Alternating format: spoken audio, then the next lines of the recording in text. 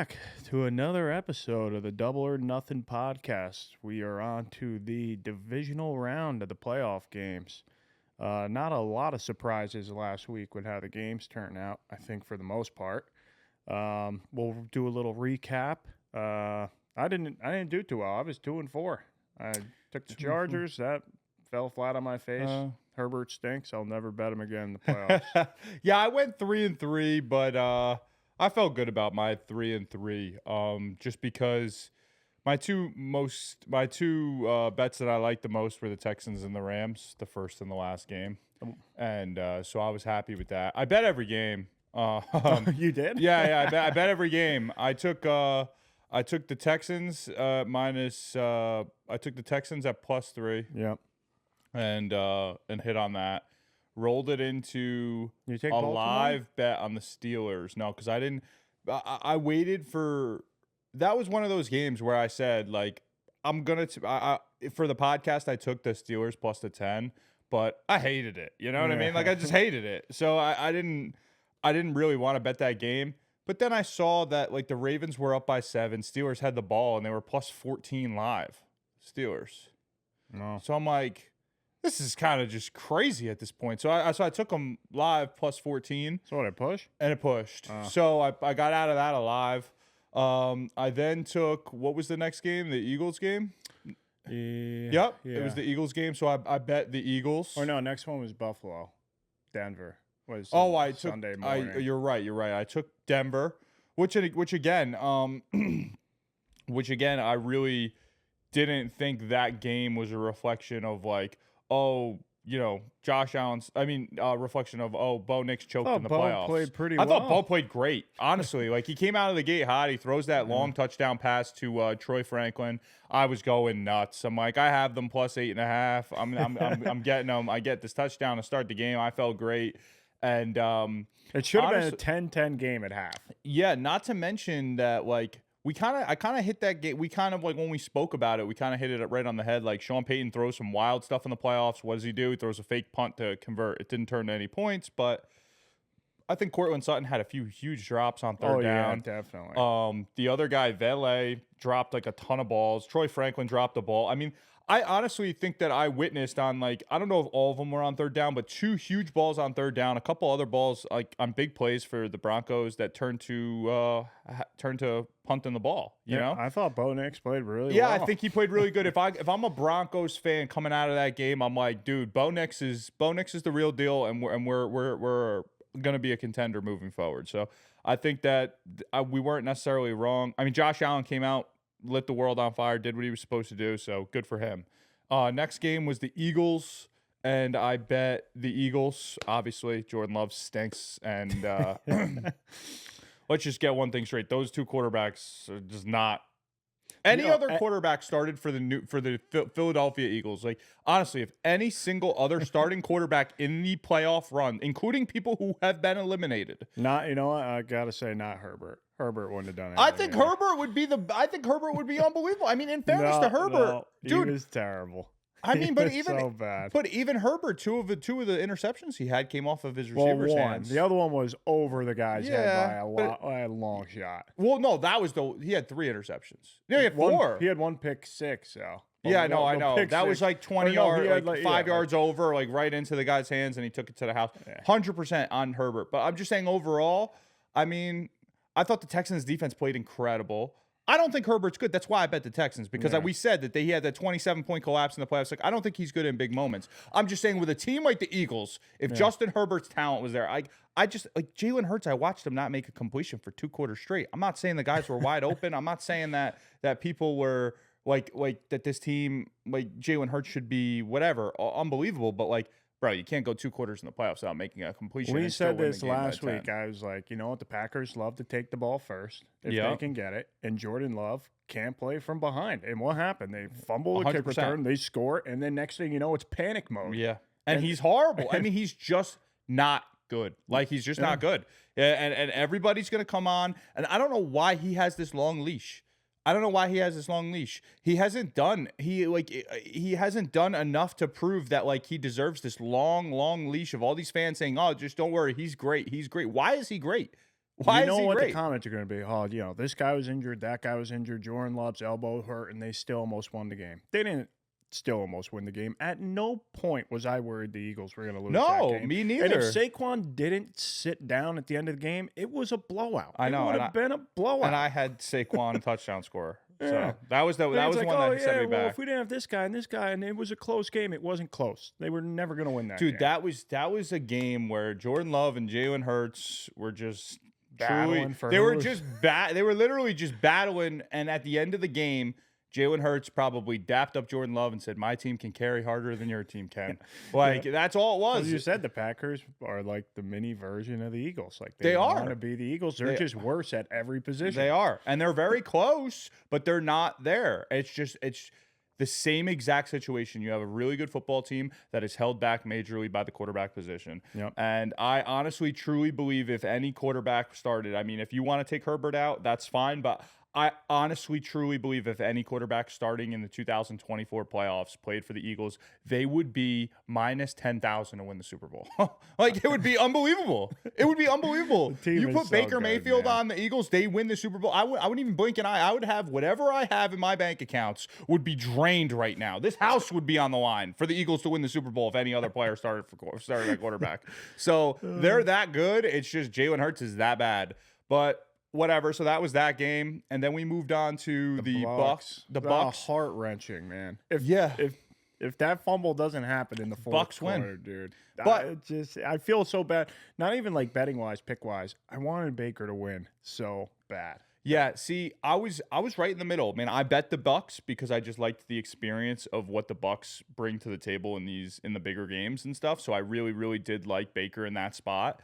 And he did have a big choke moment. Like, he just totally fumbled the snap. McMillan, I don't know what the hell they were doing. I don't know but whose fault it was, but it Either seemed way, it like was a Baker, disaster. Baker was distraught on the sideline, so it looked like Baker's maybe fault.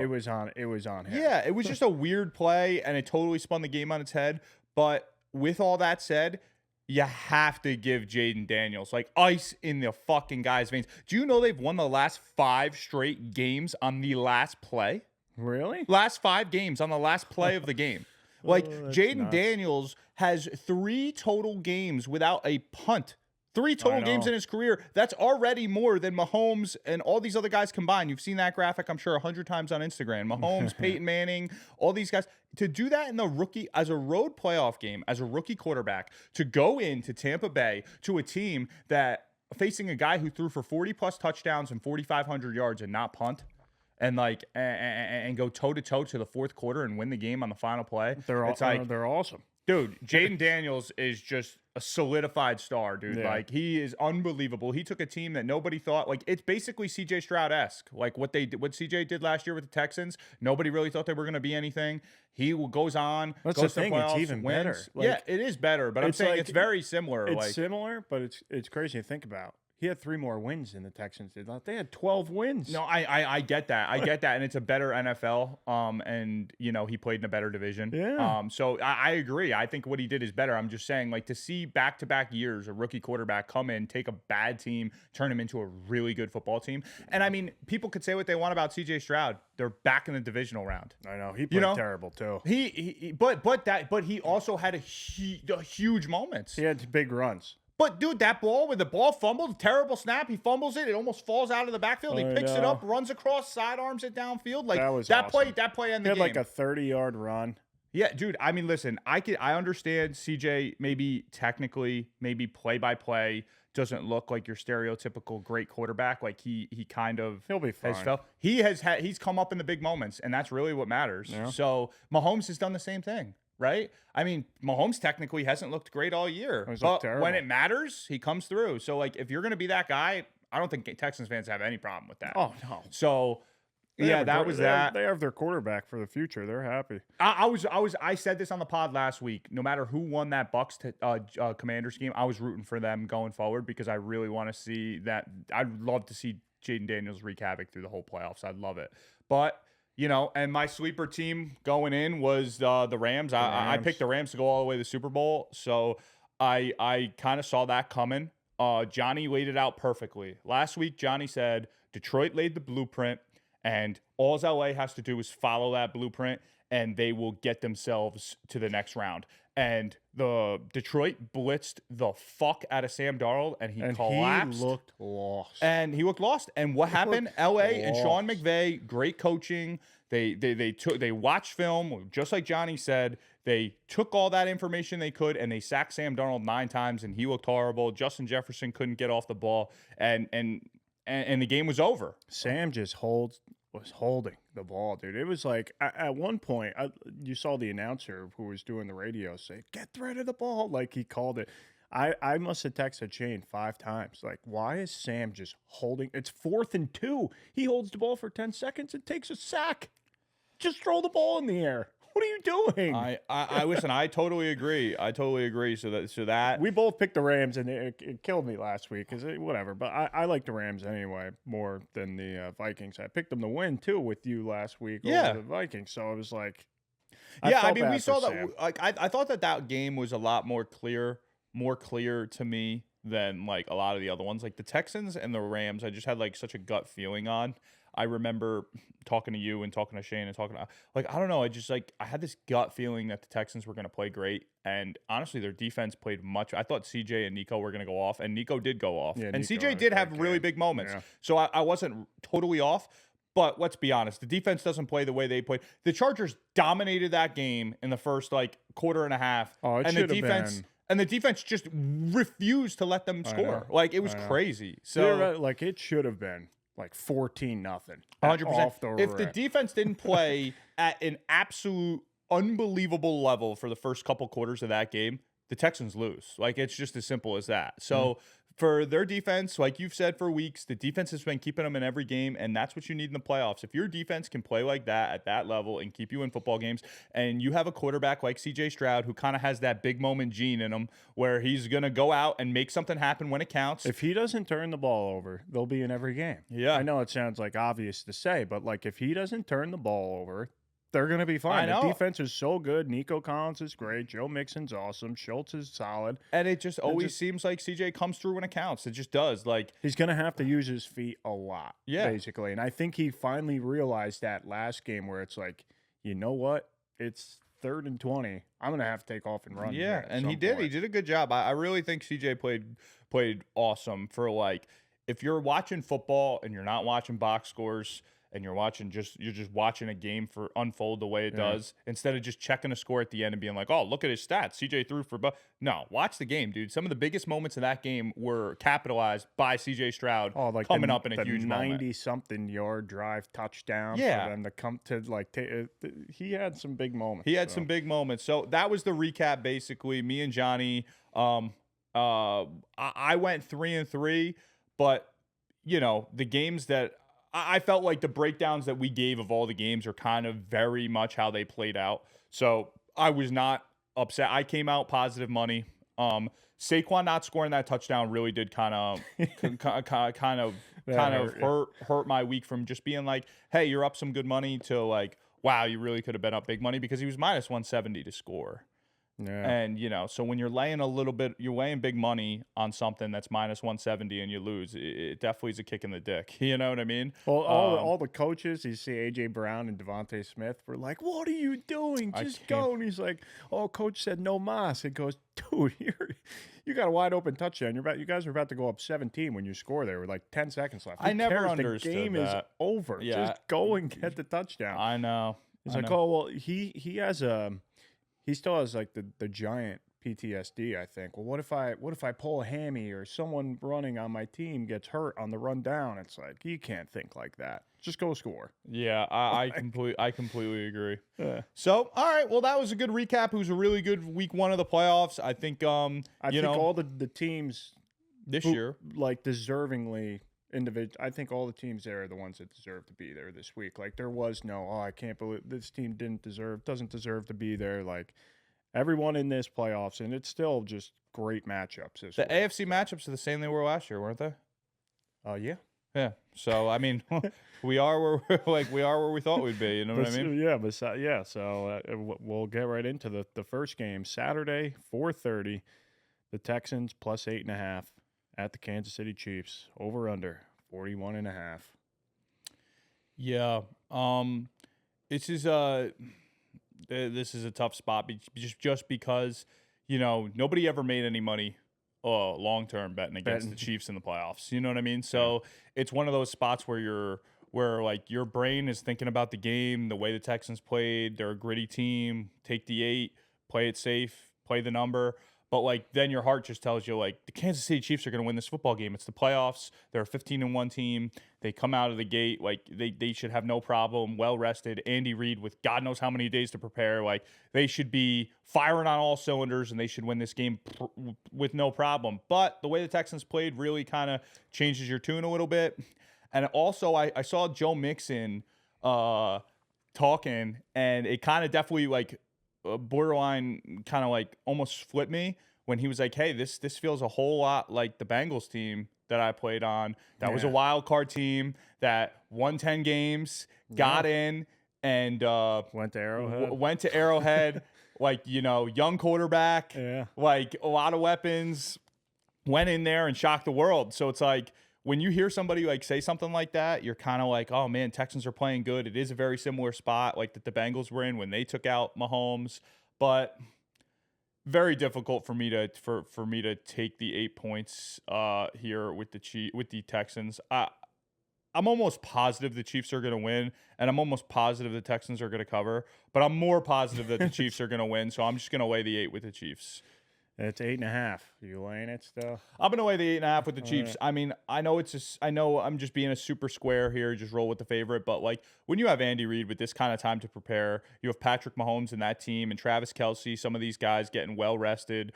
I really, really think they're coming into this game fully healthy. I think they're coming into this game well rested, well prepared, and I think C.J. Stroud and the Texans, though they are hot, I do think they kind of get off to these slow starts, and I know Texans have played great, but, you can't afford to get off to a slow start against Kansas City Chiefs in Arrowhead. So give me the 8.5. I think very easily if Justin Herbert was a more capable big moment player, the Chargers, if they would have capitalized early, could have ran away with that game, and they just didn't.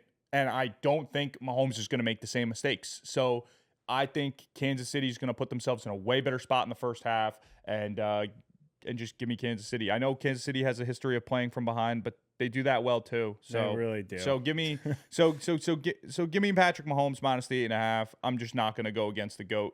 So I'm going to take the Texans 8.5. I think like you really riled me up there for taking the defense. The defense is awesome for the Texans. I know the defense is really good too. I would have taken the under in this game, like I said before, but under 41.5 seems like a little too low because I can see it teetering on the 21, you never know, 22-20 or some weird score 21-24 type score too. I could see something like that, but you know what? I'll take the 8.5. I think if C.J. Stroud doesn't turn the ball over, he should keep this one in reach. I always get scared of the teams that haven't played in 3 weeks. I know like the Chiefs are going to be very rested, but for some reason that always scares me. And every year it happens. It used to happen to Peyton Manning and the Colts all the time where they would rest the final week of the season. They would rest. They had a bye in the first round. Then they would just come out so flat in the other game because they haven't played football in almost a month. So yeah. I think the Texans come out hot. I still think the Chiefs are going to win. So Chiefs would be like a great teaser leg. But absolutely, I'll take the Texans plus 8.5, and hopefully C.J. Stroud doesn't just totally screw me there. Yeah, I agree with you. I mean, I get the theory on the rest and rest versus rust type situation. You know what I mean? I understand it, but to me, if there's one team, I think that doesn't really apply. Like to one of their biggest players is a guy like Travis Kelce, and a guy like Travis Kelce to me will get more off of rest than he will motivation. You know what I mean? Most of their guys they'll get like Mahomes with his ankle, Kelce as he's getting older. This is big for him, and then you have Pacheco still coming back from his injury. 100%. If this was more like a Texans situation, I would say the Texans wouldn't benefit from the rest. They would benefit more from the momentum. Whereas like Kansas City, it's like you got guys like Andy Reid, Patrick Mahomes, Travis Kelce. Like they don't need the momentum. They know they're going to handle business. I'm betting against the best playoff quarterback that's ever lived. Yeah, so there you go. But I mean, 8.5 is a huge number for a great defense. So I don't hate the pick from an analytical perspective, but I'm gonna go with my gut and just Kansas City rolls. All right, next game, another great freaking game Saturday, 8 o'clock. The Washington Commanders plus 9.5 at the Lions. Over under 55.5. Yeah, it's a huge over-under, but I understand why it is what it is. I mean, Jaden Daniels didn't Commanders don't punt. They don't punt. The Lions. Yeah, neither do the Lions. So I understand the over-under being as high as it is. I am gonna roll with my guy, man. I mean, I said it last week. I'm gonna be pulling for whoever comes out of that Bucks Commanders game alive, and I really want them, whoever it is, to wreak havoc through the playoffs. And Jaden Daniels having ice in his veins, coming down, winning the last 5 games in a row on the last play. I mean, the guy just. Leaves the guy's it all just out there, he's man. just a winner, man. There's no other way to describe it. I mean, the guy's just a winner. He finds a way to win when they shouldn't have any real chance to win. So in all honesty, I would buy it to I'd buy it to 10. You know, if it's at 9.5, I'm gonna buy the Commanders to 10, and I'm gonna take the Commanders plus 10. They get out to a hot start. You know, 10 points is a lot of points for a team that has a history of not punting. Yeah, you know? I know. So I know the Lions are an absolutely massive offensive juggernaut, but they still do have a lot of injuries, and I know those injuries have kind of plagued them along the way, and it's just tough when you're going against an offense as high powered as the Commanders. It's tough to kind of overcome a lot of those injuries. You know, they kind of had the blueprint on Darnold, but I don't really think there's a blueprint on Jaden. I don't think if you rush him, he's going to use his legs, and he's one of the best running quarterbacks in football. He could sling the rock downfield with accuracy better than almost any quarterback I've seen in a long time. So I really don't think there's this blueprint where as long as we watch film and we get the game plan, he's kind of like Lamar 2.0. It's kind of just one of those things. I think with their defensive injuries, they're going to have to blitz or do something. Otherwise, he'll either pick you apart. But I really think that if they blitz him, he'll make him pay. Yeah, he'll make him pay. Exactly. So 10 points seems like a lot. If this was, to me, when I first saw, I thought it was going to come out and be like a 6.5 line. I didn't think it was going to be this high. Maybe 7.5. Maybe lean a little bit heavy towards Detroit. But I didn't see it being 9.5, 10. So give me the 10 points in the Commanders. Maybe it's the Lions' year. Maybe they roll. They definitely have the ability to beat anybody or blow anybody out, really. I know. But I'll take them up to 10. Give me the Commanders and the 10 points. Yeah, last time we saw the Lions play, they steamrolled the Vikings and made Darnold look like he's never played football before. He was back on the Jets. Yeah. I just don't see Jaden Daniels really being bad under pressure like that again. I think I'm going to take the 9.5 too. I think it's too much. I think for an offense that doesn't punt, 9.5 points is crazy. And it's not against the Lions. I still think the Lions will probably win the game, or they should, unless Dan Campbell does something stupid, like go for it on 4th and 8 on his own 47 or something like that. Yeah. Which I could totally see happening. But I still think, the Commanders will cover this. Whatever the punting prop is in this game, take the under. Yeah. Both these teams are just going to go for it all the time. Yeah, I mean, Dan Quinn was scaring me a lot with his 4th down bullshit. And, Dan Quinn, I'm not talking about Campbell, Dan Quinn for the Commanders, was going for it on 4th, and I was watching the game, and I was saying to Shane, what is going on? What are these fucking guys doing? Take the points. Dude, he does this all year. You're a road playoff team with a rookie quarterback. Take the points when you could take them. They had multiple opportunities to take points, and they went for it on 4th. But, hey, long run, it paid out. He trusted his guys. Jaden Daniels came out on top for him, so I guess it works. But those types of scary situations, it makes more sense when you're the Commanders, right? Because when you're the Commanders, you're almost like this underdog coming in. When you're the dog, you want to take the variant. You want to give yourself more opportunities. Yes. And stray away from okay, the game is supposed to go. I'm supposed to punt here. They're supposed to get it back and go down and get you have to take those when you think your away. Team is overall better than the other team, you take points because you just want to keep chipping away, knowing that at any given moment you can pull away. Whereas when you feel like maybe your team doesn't have the capabilities of keeping up with the opponent, then I understand, hey, wait, we got to go for this here because I don't know how many opportunities That's we're why gonna so have. many people get frustrated with Mike Tomlin.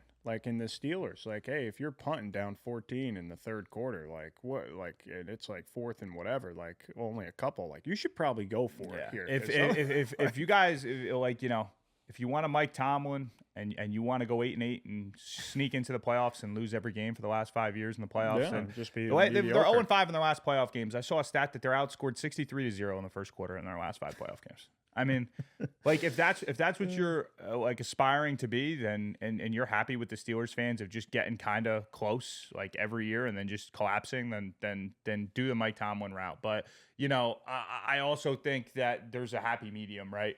There's a happy medium where you don't have to be Dan Campbell and go for it on 4th and 6 up 10. You don't have to be Campbell or Sirianni, but you should be like maybe McVay. I think Dan Quinn kind of definitely like was straddling the line of being a little ridiculous, but like also kind of understand it. You have a mobile quarterback. It's 4th and 2. You feel like even if the play isn't there up to its design, your quarterback can kind of take off with his legs and get the first. And look what happened. That play was blown up by that Bucs player. The Bucs should have got the ball back. I know. Whatever the guy's name is. Hold his towel. Blew the play up. Blew it up completely. Like the play design's out the window. The guy blew it up right up the middle. I'm like, boom, they're gonna get to Daniels. The Bucs are gonna have to get the ball back. And boom, he just slips right around, runs for the first. So it's like a lot of these situations where you have a quarterback who can move like that. I think going for it on those 4th and short yardage plays makes a little bit more sense. Yeah. So we'll see. I'm going to roll Commanders plus 10. Me too. All right. On to the Sunday games we go. Sunday, 3 o'clock, we got the LA Rams plus 6.5 at the Philadelphia Eagles. Over under 44.5. Yeah. I'm going to take the Rams up to 7. I'm going to take the Rams up to 7. Like in the playoffs, I like getting the push. Like I like buying up to the push, especially when it's like the key numbers. Like 3 and 7 are really the key numbers, but if I can get to 10, I'm gonna get to 10. So 3, 7, or 10. If it's a half point off and I can get there with the points, I'm gonna buy it there. So especially in these bigger situations, the Eagles are definitely a more than capable football team, who basically have all the tools they need to go all the way outside of quarterback, and I think that the LA Rams are exactly who I thought they were coming in. When fully healthy, one of the most dangerous teams in the NFL. Yeah. That McVay has confidence in his guys. I mean, he didn't even play his starters. Didn't care if he played the Lions. Didn't care if he played the Vikings because he knew he was coming out with a win in the first round. So when you're that confident in your team and your offense is running, firing on all cylinders the way they did in week 1, and then you have a defensive line that's getting to the quarterback 9 times in a playoff game, I think that that's a tall task to be weighing 6.5 to a team like that, especially when I don't think that Jalen Hurts is the best quarterback in the world when it comes to going through your progressions. So if they can get some kind of pressure on Jalen Hurts, I know he can run the football, but he's also not like the fastest guy in the world. He's just kind of like a big body. He does like, I feel like he's like the Mahomes. He just kind of gets what you need, and then he kind of goes down. Yeah, I mean, you can't go 2 quarters without a completion against the Rams. I'll tell you that. So I think that Jalen Hurts is going to kind of continue on this trajectory of just trying to get by. And I think the whole Eagles team is going to have to step up and really take control of the game. The defense is going to have to step up and do some like outrageous shit against Stafford, take the ball away. And if they can do that, they're going to win this game by quite a bit. But if Matt Stafford is playing at the same level he played against the Vikings, and that defensive line comes to play the same way, I think it's going to be a real tall task for the Eagles. So I'm probably going to buy it up to 7 and then take the Rams also a little bit on the side. I'm going to take the Rams money line. I think the Rams win this football game, but from a betting perspective, I'm going to buy them to 7. You just take the points. On DraftKings, it's -6, so I'm going to take Philly -6. I'm going against Dylan here. I've been riding the Philly wave, I feel like, all year.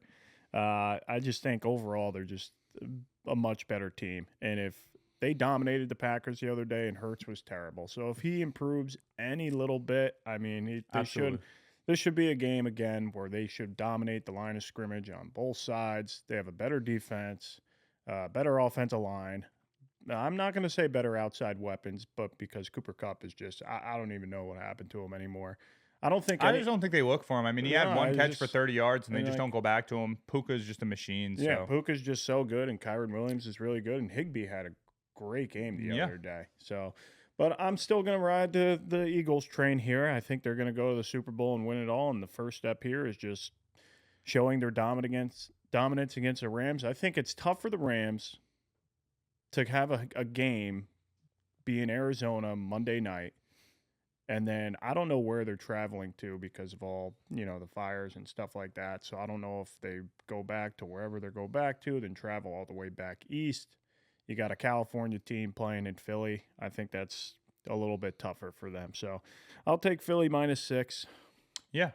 I get it. In a close game. Like I could see the Rams doing their thing, and obviously Puka's a monster, but I just think that this Philly team, no matter how bad Jalen Hurts is or plays, they still just dominate. It's so crazy to watch. And it's very, very, very true. And it's kind of my point that I've had all year. It's that, like, this is nothing against the Eagles. I think the Eagles are the best football team in the NFL outside of the quarterback position. It's not even close. Yeah, I mean, I can't say it any more than I've said it all year long. And every year, every time, I think that Jalen Hurts is just not going to play well, and it's going to hold them back.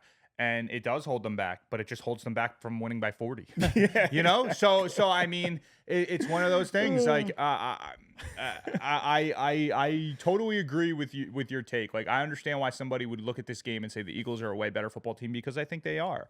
But I do think if a team can get after a quarterback and sack him 9 times the week prior, I don't see why that's maybe not totally be recreated, but I think they're going to put a lot of pressure on Hurts. I think he's going to wind up making some bad decisions that are going to cost them the game. So I'm going to go LA and buy it up to 7.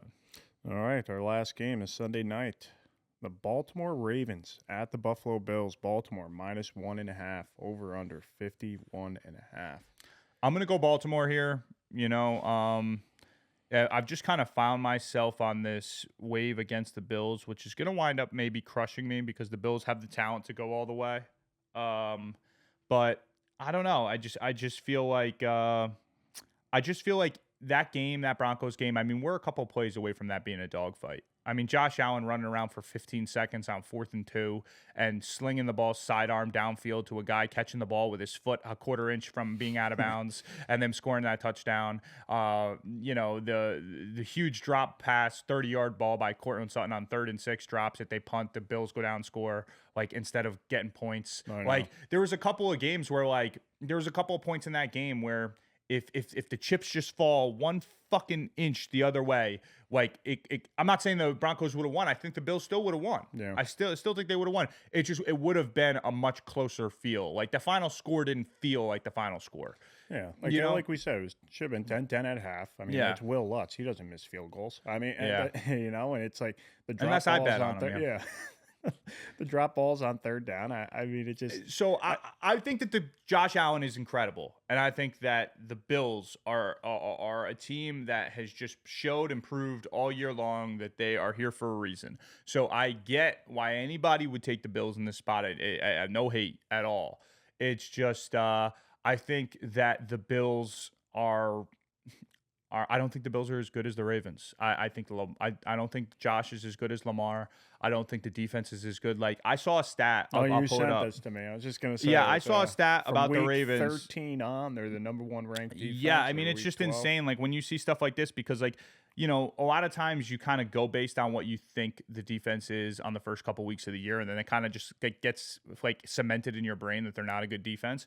Well, from weeks 1 through 10, scoring defense, the Ravens were 25th, total defense 27th, pass defense 32nd, 3rd down percentage 30th, red zone defense 20th, and opposer passer rating 26th. So they were by far and away one of the worst defenses in the NFL from weeks 1 through 10. Now, weeks 13 through 18, they are 1st in scoring defense, 1st in total defense, 1st in pass defense, 1st in 3rd down percentage, 1st in red zone defense, and 1st in opposer passer rating. Like, that's insane. So if you're going to tell me a defense can perform at that level, and you also have Lamar Jackson and Derrick Henry on the other side of the ball who can control the clock for borderline the entire game, I really, really find it hard to believe. I mean, you could tell how good the Ravens are based on the respect they're getting. The Bills are at home in a playoff game with the so-called MVP, and they're getting points. So how, like, that just shows how good people think the Ravens are, and I'm one of those people. I feel like Vegas knows that they're a better team. I mean, that's what it says. This game says, and to me, this is a game where Lamar's going to step up. Both of the guys are obviously have the same mentality. They could tell you whatever they want in the press conferences. They could tell you all they want to do. They both want to go and prove that they're the MVP. So they could say whatever they want, and I'm sure the conversation will come up over time throughout the week. But Lamar Jackson wants to go out there and prove, like, enough of this He did- bullshit. Like, I'm the definitive MVP. Yeah. Like, the guy threw for over 40 touchdowns and under 5 interceptions. First time in NFL history, on top of running for 900 plus yards. Yeah. Like, I think he's going to have the same type of game he had the first time they played. And the first time they played, it wasn't close. So Yeah, give me no, give me the Ravens and minus the 1.5. And I hope it's the best game of the week, because this is the game we all wait for as football fans. Like, this dogfight, Kansas City Bills type game, AFC Championship type game. Like, this is the game we hope for. But I'm gonna weigh the 1.5 with the Ravens. Yeah, me too. I think I was going to bring up the defensive thing that you said. They've just been so good, and I know Buffalo's defense has been playing better lately. But I mean, I think that Denver should have scored more points than they did. I know shoulda, woulda, coulda, whatever. But they honestly should have scored more points. Absolutely. They held the Jets to basically nothing, but that's the Jets. But I think for the most part, the Ravens' defense has been more consistent than Buffalo's defense. I know the games in Buffalo. This game to me is like, hey, if Lamar just has an average game, like, they should win. Yeah, I agree. I know Josh Allen is going to carry this team, and he's going to go out swinging. I don't mind the over. The only reason I'm afraid of it is because of how good the Ravens defense has been lately. Yeah, and I don't like betting overs. Like, I know two teams that run the ball. Yeah, they run the ball so much. Like, the Ravens can sit on the ball for a while. Yeah, like, it's even crazy. when the Bills and the Ravens are supposed to pass, Josh Allen and Lamar Jackson take off and run anyway. I know. So it's just like the clock's always just running. Clock is just always running, man. It's just always running. So, like, obviously they put up a lot of points, and they usually capitalize on these big runs. So I'm not saying the over can't hit. It's I mean, just I never two, go in. Yeah, they're two over teams. Yeah, they both are. They go over in their games way more than they go under. But I just think if Lamar comes out and just has an average game for him is 1-2 passing touchdowns, 75 rushing yards. And like Derrick Henry scores twice. Like, that's just an average game at this point. I know. I think the Ravens are gonna beat them down a little bit. And it's tough to. I mean, we harp on this, but I don't want to hear that Josh Allen's team is way worse than Lamar's. Lamar was throwing touchdown passes to Rashad Bateman last week. I mean, they dominated the Steelers without Zay Flowers. I mean, Zay Flowers is the fakest Pro Bowler since this century. I love Zay Flowers. I love Zay Flowers too. He's unbelievable. But I mean, he got in over Brian Thomas Jr., which is a joke. He got in over Jerry Jeudy, who was even better than Zay Flowers. Garrett Wilson. Dude, the list goes on. It's because they're a playoff team, so they let some people in. But it's like the guy had 1,000 yards receiving and 4 touchdowns and like 80 catches. Like, let's not pretend he had this like. And he only had it because of how goddamn good Lamar is. yeah, staying alive. So you know what? We'll both be on the Ravens here, minus 1.5. I think it's going to be the game of the week, but me too. Me too. I don't want to get too crazy. Like the Bills fans, obviously, they don't like my takes as of recent, and they have every right not to. I mean, their team is walking. This through isn't teams. anything against Josh Allen to me at all. It's more against the defenses at this point. Yeah, honestly, I just think Lamar is way better than. I mean, people. I still have people saying Lamar's a running back. All right. Like, I don't know what more. If you throw for 41 touchdowns and 4 interceptions and people still call you a running back, like, there's just nothing you could do to win these people over. No. You know what I mean? There's just nothing you're going to be able to do. I don't know who he's throwing the ball to. That's great. Yeah. Like, he never has had anybody. Who is he throwing to the ball to? Because I'd rather have the Bills wide receiving core than the Ravens. Yeah, and everyone's like, oh, well, he has Derrick Henry. Well, guess what? Derrick Henry's James making Cook led the NFL in rushing touchdowns. I can't believe that has been glossed over so much. They make it seem like James Cook is a scrub. The guy had 18 rushing touchdowns. I agree. Let's not go crazy here. And not to mention that, like, everybody could have went out and got Derrick Henry. I mean, like, the Eagles paid 15 million or 13 million. I don't know what the hell they paid. They paid a crazy number for Saquon, and it was worth it. The Ravens got Derrick for half of that. They were afraid that he was washed. And it's like, well, if you watched any Titans games the last couple of years, it's tough when he's the only guy on the team. Look how the Titans did this year without him. No, I know. They're the first pick in the draft. I don't know. I don't understand I don't understand the Lamar hate. I mean, it's gotten to a point of just pure stupidity at this point. People got to die in the hill, and you know what?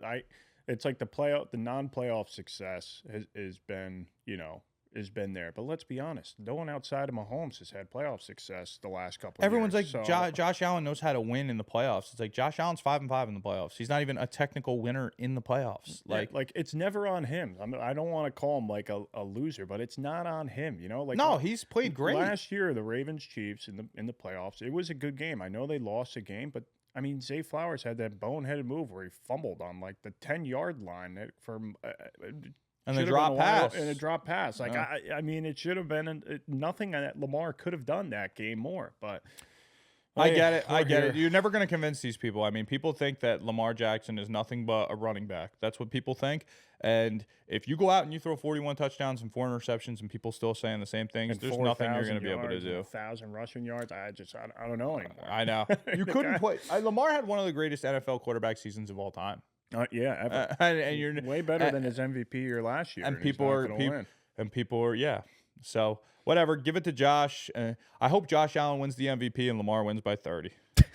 Could you imagine? You know what I mean? That's what I think could happen. And then Lamar will be the guy who he was going against MVP for. The guy they'll give the MVP to the guy who lost to the other guy 2 times. Well, that's it for the games this week. But we'll jump into a couple things here now. We talked about this a couple weeks ago. What now is the Sam Darnold contract? I wanted to get your thoughts on this. I mean, listen, same thing for me. You'd give him 48? Is that what I said last time? 48 million? 48 million is a lot, but 48 million is a lot. 48 million is a lot. If he would have went deep, I didn't really realize they were going to have to face the Rams early. If it was a closer game, I would have been like. No, I'm just saying in general. I think if they got the 1 seed and they went on, and if they got the 1 seed and then they got to play the Commanders this game, I think it would have been an easier matchup for them. He goes out and beats the Commanders. Now we're talking that range, 45, 48. I think we're probably more in the 40 range. I would still keep him if I was.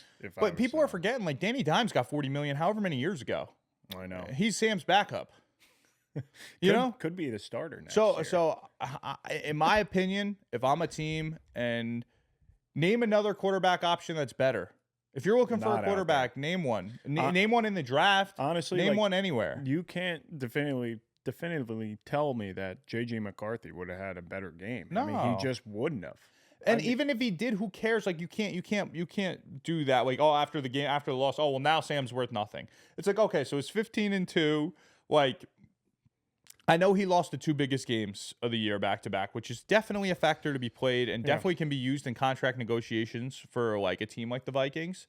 But because like they're like, hey, we got our guy we kind of drafted for the future. You kind of lost 2 of the bigger games. We want you. You're our guy, but you're our guy for 38 million. Like you're our guy for 40 million. You're not our guy for 50 million. I still think they should pay him. I think that he should take whatever long-term contract they give him, whether it's 3 or 4 years at 40 million apiece. He should just take it and be happy. This is the best team he's going to be on, and then hopefully, like Sam is still young, he can figure out. That was his first playoff game, so I don't want to like crush him here. We've seen a lot of bad first playoff games. Name some of the other quarterbacks with 0 playoff wins, like Tua.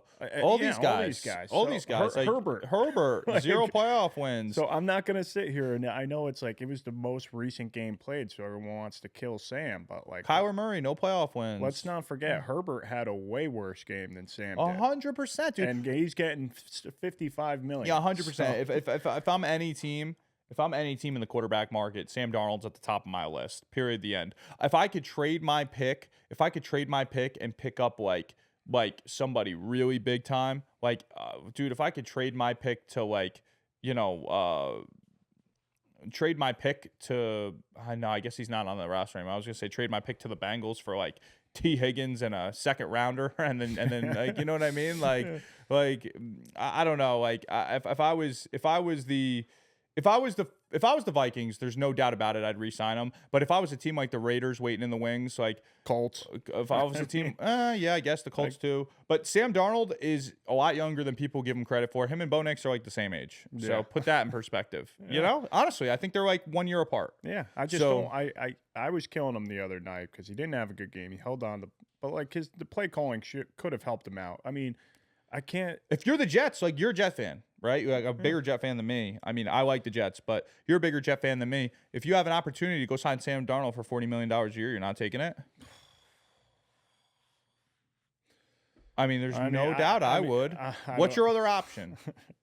I'd rather keep Rodgers one more year than have Sam, but I don't know. That's tough. I mean, after this year, Sam was better than Rodgers by a landslide. By a landslide. This And now year. you're going to put him in a spot where he can go out and have the same type of weapons. Brees Hall, Yeah. Garrett Wilson. I don't know what Devontae's situation is, but like, Or you're the gonna have all these Giants. Like, guys? if the Giants don't get like a top quarterback that they want, like Shador or You're Cam telling Ward- me you give Sam Darnold, fucking Malik Neighbors, those guys don't go out and win 8, 9, 10 if you football give games? them Malik Neighbors and they go draft like Travis Hunter or the other kid, I mean, Absolutely. you know, and then Tracy's good. I there's think a lot the of Vikings teams are that going to can- re-sign him. Oh yeah, he's not leaving. He shouldn't want to leave. There. I think the Giants are going to trade the Vikings and pick up JJ.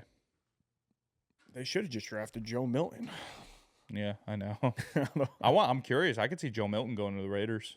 Do you think the Vrabel? What do you think the Patriots like record will be next year with Vrabel? Do you think it makes a gigantic difference? I think it makes a difference because you got guys like Gerard Mayo who are laughing on the sideline when they're losing by 30. And I don't Yeah. think Mike Vrabel's going to be laughing when they're He's winning so by much 30. better situationally. Yeah, I mean, Mike Vrabel's not going to laugh when they're up by 30. Yeah. Okay, so like when you get a guy who's as serious of an intimidation factor as a Mike Vrabel, I think organizations didn't hire him in the past because they were scared of him. Oh, that like, has come out and yeah. been reported that like I forget, it was probably from like who knows, one of these reporters would, but like they said they've spoken to GMs and they said like they find him so physically intimidating that like they don't want to they take. shy away from hiring someone like that. I agree. So I think that a guy like Mike Vrabel is going to come in and just be football. Like there's not going to be joking around. There's not going to be this. It's going to be you miss your assignment, you miss a practice, you do this. Like that's it. Like you just don't fucking play. Like that's it. Like Yeah. Mike Vrabel is a no nonsense kind of guy. So I think a culture shift is definitely in play. And you know sometimes that matters. I mean look at guys like Antonio Pierce when they took over the Raiders. I know he's not great now, but like when he first initially took over the Raiders, it was like a whole big culture shift. Like they won a bunch of They were football winning games. games. So I think Mike Vrabel can have like this huge culture shift. Like look what he did with Tennessee. Look They at were Dan never Quinn. the most talented team. They won back-to-back first in the AFC. So I think that a guy like Mike Vrabel with a young quarterback who is extremely talented, and depending on what they do with the draft pick, I really think the Patriots can kind of spin it around. I don't think the Patriots are going to turn out to be like an unbelievable team, but if you give it a few years, I think Mike Vrabel was the right hire. I think he's a lot like Dan Quinn, honestly. Like he'll just make the defense better, just schematically somehow. I mean, there's no reason that Commanders' defense was as good as it was this year. Absolutely. You know, and they progressively got better throughout. And we the year. said that Dan Like, Quinn's he's going to just shift it. going to get better. So, I mean, you saw that last week. I think I don't know what the record's going to be, but obviously they need to go get a wide receiver if that's T. Higgins, and hey, I think they could be an 8-win team next year. I think they can. I think the sky's the limit when you have the right guys in place with a rookie quarterback who's as talented as Drake May.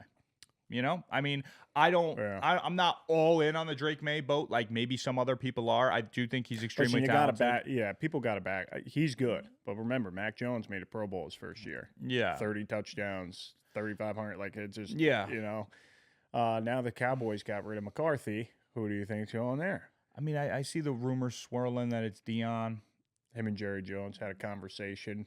I see it's all. recently.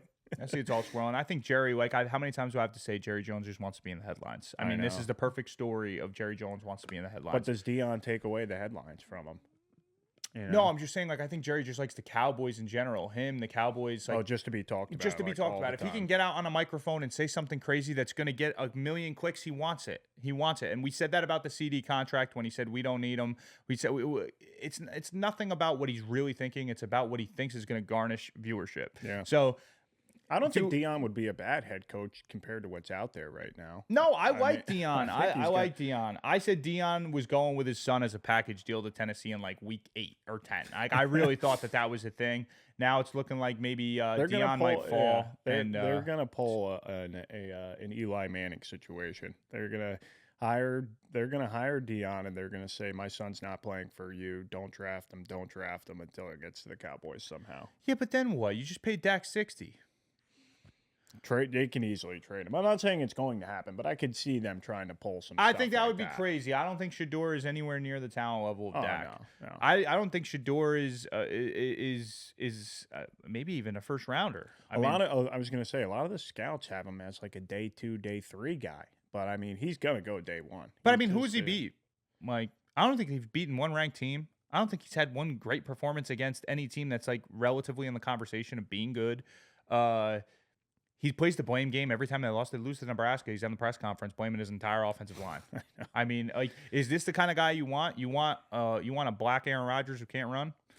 You know, I will like I don't know how good he is like against like top tier competition. It seems like play a team like Nebraska and he didn't play well. I don't know. He doesn't turn the ball over, but they do nothing. So I don't know. He's not better than Dak by any not even close. Dak's in the MVP conversation. Like every year, he's fully healthy. I know, and it's like McCarthy's like, oh well, Dallas. Hey, while he was there, they were top. Let's be real. I mean, Dak was a good quarterback, and CeeDee Lamb was really good. Like that's why the offense it has nothing to do with Mike McCarthy. I could see them trying to go poach back Kellen Moore to be the head coach if it's not Dion. I guess we'll see how it goes. I like Dion. I could see the Cowboys making a move. I saw that they were favored to get Tyreek Hill if he decides to want to be out of Miami. That would be crazy. Yeah, I saw they were favored. So if it's CD, Tyreek, Dak Prescott, they go and draft Ashton Genty. I mean, we're talking about a powerhouse. That's a great offense. Yeah. And the defense that started to play better finally at the end of the year when they If Dallas would have signed Derrick Henry and Dak stayed healthy, we're talking about a whole different year. I know you could play the what if game with anything, but like they were talking about getting Derrick. Surely blame on Jerry Jones. I agree. He wanted to go to Dallas. He wanted to go to Dallas, and they started the season with Zeke Elliott at 47. That's so bad. Like, you know what I mean? Like that's just so bad. I think Daddle's all right, but it's not Derrick Henry. Yeah. So if the Cowboys get a running back, Dak comes back fully healthy. And I think that it's a good head coaching job for anybody. All right, last one. Who do you think the Jets are going to hire? Still haven't hired anybody. They've been interviewing everyone under Looks the like sun. Aaron Glenn's going to get the job. If I had to put a guess on it, I think Aaron Glenn's going to get the job. I wouldn't mind it. I think Rex Ryan's on ESPN basically begging for the job, which I wouldn't mind it either. To be totally honest, I like Rex. I just think he's a football guy. He's the kind of guy. He's like a mixture between like Dan Quinn along with like a good X's and O's guys. He ran a couple of great defenses. He brought the Jets to back-to-back AFC Championship games, and he's also a locker room guy. Like he's a guy people want to play for. Like I mean, you still got his pregame speeches getting circled around TikTok, however many years later. So like the guy can get you hyped up for sure. So. Do I think that Rex would be a good fit? I do. I don't think he's going to get the job, though. I think they're going to give it to a more recently proven guy like an Aaron Glenn who's gotten the – I think Ben Johnson would be a perfect fit for the Jets because I don't think the Jets' problem – whenever you circle back for the last 10 years, I don't think the Jets' problem is primarily defense. I think it's more offensive issues than it is defensive issues. Yeah. Besides this year. I know, but I'm just saying overall I think that – you would like to see some more creative play design. You'd like to see some more unorthodox stuff on offense and not running this offense from the 70s. So I think if you get a guy like Ben Johnson in there, I think it would be a really good fit. I don't think he wants a job, though. I think Ben Johnson's going to go elsewhere. You know who I would really, really love? Cliff Kingsbury. Me too. Cliff Kingsbury. But it's not happening. If you got Cliff Kingsbury and you went and signed Sam Darnold, Jets are going places. Cliff is gonna wait in the wings here for Dan Quinn to get fired if they don't win a Super Bowl within the next 3-4 years, and they'll be like, you know what, the offense has been good. Dan Quinn's not taking us over the top, so Cliff, here you go. No, I think he's gonna jump at an opportunity, and I think he's gonna get some opportunities. I think when this playoff run ends, I think that Cliff Kingsbury is gonna open himself up to some interviews, and I think if the Jets are in a position to go and sign Sam Darnold and get Cliff Kingsbury, that would be fantastic. I would love Cliff Kingsbury. That's what I hope they get. I wouldn't mind Glenn, wouldn't mind Rex, and I wouldn't mind Ben Johnson or Kingsbury. But yeah, I had just this like them interviewing Arthur Smith and Matt Nagy. Please, no. Like, look how bad Pat Mahomes is with Matt Nagy as his offense coordinator. He's terrible. Yeah, I don't like that. I don't like those moves. But hey, we'll see what happens. If I in a perfect world, if I was the New York Jets, I would sign Sam Darnold if he's not staying with the Vikings, and I would go get Cliff Kingsbury, quarterback whisperer. Hopefully next week there'll be more updates on all these head coaching. It seems to be changing every day. Any shift on your Super Bowl narrative? It's going to be Ravens, and it's going to be the Eagles. Yeah, my Super Bowl prediction is still alive as well. The Rams went and upset the Vikings, so I think the Rams are going to lose to Kansas City in the and we'll see how the Kansas City game and the LA games play out this week. Maybe that'll shift. But as of now, our Super Bowl predictions are still alive. Yes, sir. All right, guys. Check us out on YouTube, Instagram, TikTok for now until Sunday. And then we'll be back next week. Double or All right. Nothing Podcast. Let's get it.